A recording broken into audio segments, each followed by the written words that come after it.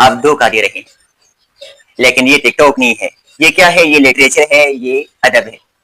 اس میں فلٹر آپ استعمال نہیں کر سکتے. جس طرح آپ ہیں, جو آپ کی اصلیت ہے, بالکل اسی طرح ایک شاعر, ایک نثار, ایک لکھاری, ایک ادیب آپ کو پیش کرے گا.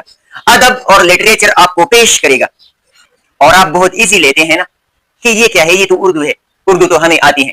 تو ایک بات سمجھ لے کہ ہم اردو نہیں پڑھاتے آپ کو, اردو تو ہمیں بھی نہیں آتی.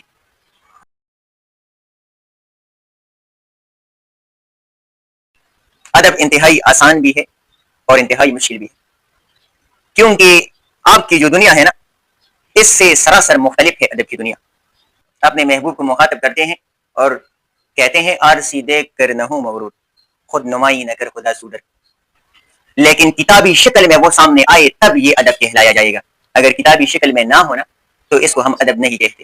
اور وہ بچے جن کے یہ سوالات ہے کہ سر یہ شاعری جب ہم پڑھتے ہیں تو ہم بگڑتے جا رہے ہیں, اور اس کا ہم کیا کریں گے, یہ ہم کو عاشق بناتے ہیں, یہ کرتے ہیں, وہ کرتے ہیں, تو سنیں اور غور سے سنیں. یہ کتاب جو ہے یہ آپ کی زندگی ہے, یہ آپ کو زندگی سکھائے گی, اور یہ اوریجنل چیز ہے, اوریجنل زندگی ہے آپ کی. اس میں ایسے مواد موجود نہیں ہے جو آپ کو بگڑنے پر, آپ کو خراب ہونے پر, آپ کو عاشق بنانے پر مجبور کرے.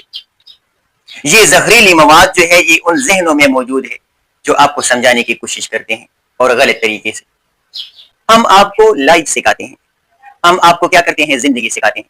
لہذا اگر آپ زندگی سیکھنا چاہتے ہیں, ادب و آداب سیکھنا چاہتے ہیں, زندگی کے اصول سیکھنا چاہتے ہیں, حجرے کے اصول سیکھنا چاہتے ہیں, مسجد کے اصول سیکھنا چاہتے ہیں, اور میری دعا ہے کہ اللہ تعالیٰ آپ کو وہی اساتذہ نصیب کریں جو آپ کو صحیح طور پر اسی کتاب سے کیا پڑھائیں, کیا سکھائیں, اردو نہیں, انگریزی نہیں, بلکہ زندگی سکھائیں.